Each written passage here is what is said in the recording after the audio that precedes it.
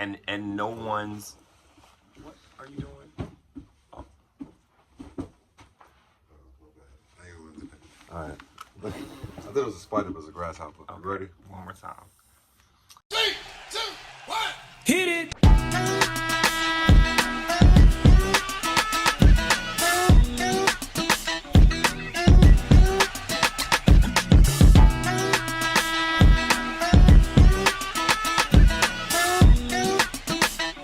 Come on, 1, 2, 3, go!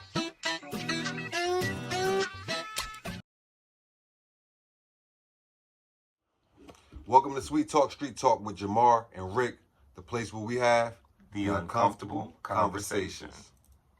3, 2, 1. Hit it!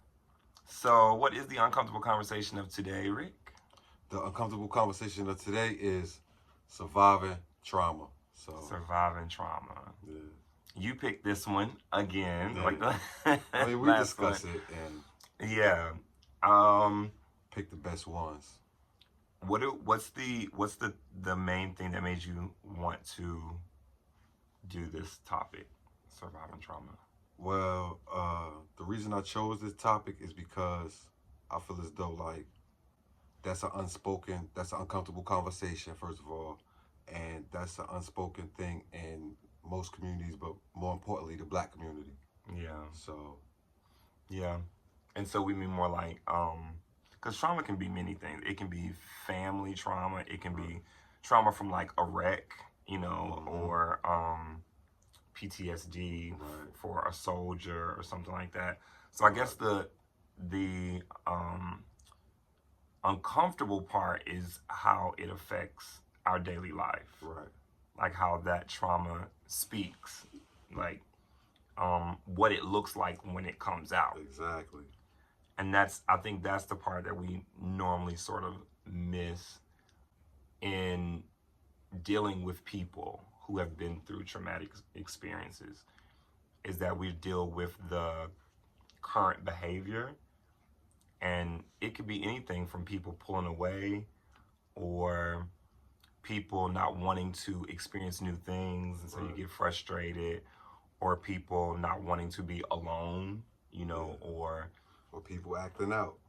people acting out, children acting out, Right. but even adults. And most of the time there is some thing that either happened or it might be currently happening, Right. that affects your thinking in the moment, affects the way that you resolve situations. Most of the time, if we knew what people really have been through, then we could deal with them better. Right. You know. I better understand it. Yeah. Yeah. So, Do you feel like for you, this is kind of like an interview, do you feel like for you that like traumatic experiences have shaped your adulthood, your like? of course. I mean, Yeah. I feel as though like with anybody, but for me personally, I feel like they led me down the road that I'm probably, walking. I'm not saying walking down the road, but I feel as though like the experiences that we go through, kind of guide us on a direction. Yeah. Not saying that it's the direction that you choose it, but just by experience that you've taken on, just Yeah. I mean, I think it's the same in how we talk about God. I mean, Right, and even though the experience, it does kind of direct you, in a way, we know that all that is directed by God, but it is kind of crazy sometimes to look back at your life and see how many decisions you made based on trauma, really. And then there's different types of trauma that yield different type of results from the trauma. Right. So, like, if you want to talk about domestic violence, it creates more violence in the home. Right. It creates violent children Right. and adults who only know how to respond with violence. So, then you have like sexual trauma, Right. which completely shapes how you deal with people romantically, and your ability to let walls down and get to know people and to trust. You know, that's why it's so tragic when something like that happens to children. Right. Because as a teacher, I already see every little thing that I say, it is impactful to them. Every little thing. So if I say, I'm going to bring y'all candy on Friday they remember that I said. And even if I forgot, because I'm an adult doing too much, they remember. So just think, if something like that small, children hold on to, imagine something so big as a traumatic sexual experience happening. Then it's not just the experience, it is how the parents dealt with it. Were they like told to be quiet? Or it could be even the police part. That, I mean, people say that part is difficult. Facing your accuser in court later. All of that is still trauma. And it obviously shows up in people's adult lives. And you can definitely tell that most people today, like where our mental health numbers have risen, and anxiety pills and depression pills and stuff, that's at an all-time high. More people are on depression and anxiety and stuff like that.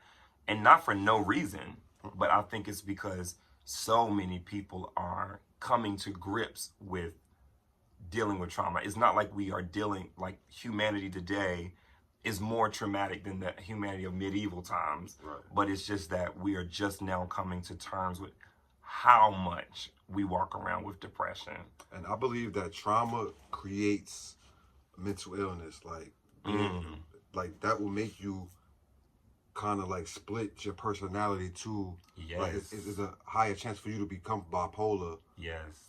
That way, because I mean, I know they say that it's genetic, but it's also based on trauma. Yeah. So if your parent went through something, that's instilled in you.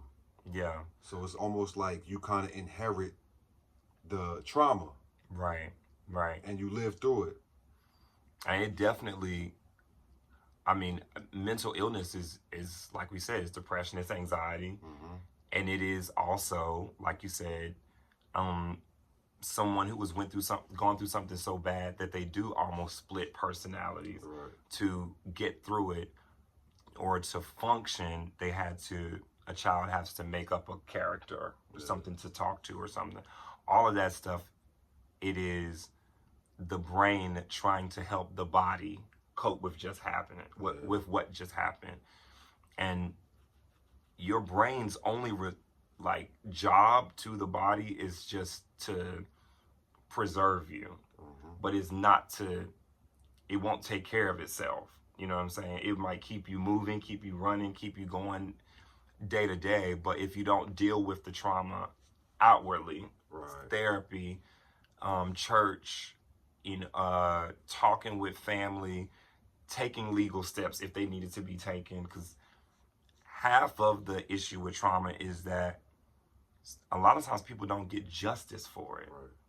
And that's difficult too. It's not dealt with, or it's not even sometimes confronted. Right. It's not believed. I mean, so you have a traumatic experience that you lived through, and then you want to get help for it. And the next traumatic experience is the people that are around you that's supposed to help you, turning on you, or ignoring you or rejecting you. Even that's a form of trauma, like as far as like Yes. abandonment issues. Yes.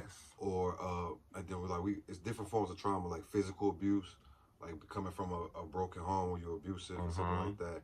It's I think even being romantically involved, being used, or just like put down. That's like verbally abused. That all comes with its own type of trauma. Losing people. Yeah, losing family members, people, losing a child, losing a parent, a brother or sister. I mean, you might have it completely all together. It doesn't matter who you are, all of us, if you lose a child or a parent, it breaks everybody down to the same level of in my bed for 4 days and can't get up. You know what I'm saying? So, no matter how much money you have or whatever, you're still gonna have to deal with that trauma. Right. It's probably more people with money committing suicide than it is people who are just making it day to day. But it's so much that rides on just what, like, success. It's so much making sure your kids got everything they need. And I mean, shoot, losing a job is trauma. I mean, when you I don't know, have the rug pulled out from under you at work, it can be traumatic.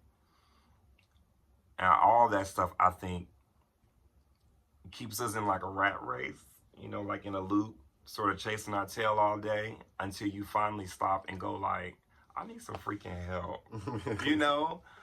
That's the part of it. I think that's the most important to it. So I ask you, for, let's say, people in our age group, like 30 to 40, what do you think if most people can't afford a therapist?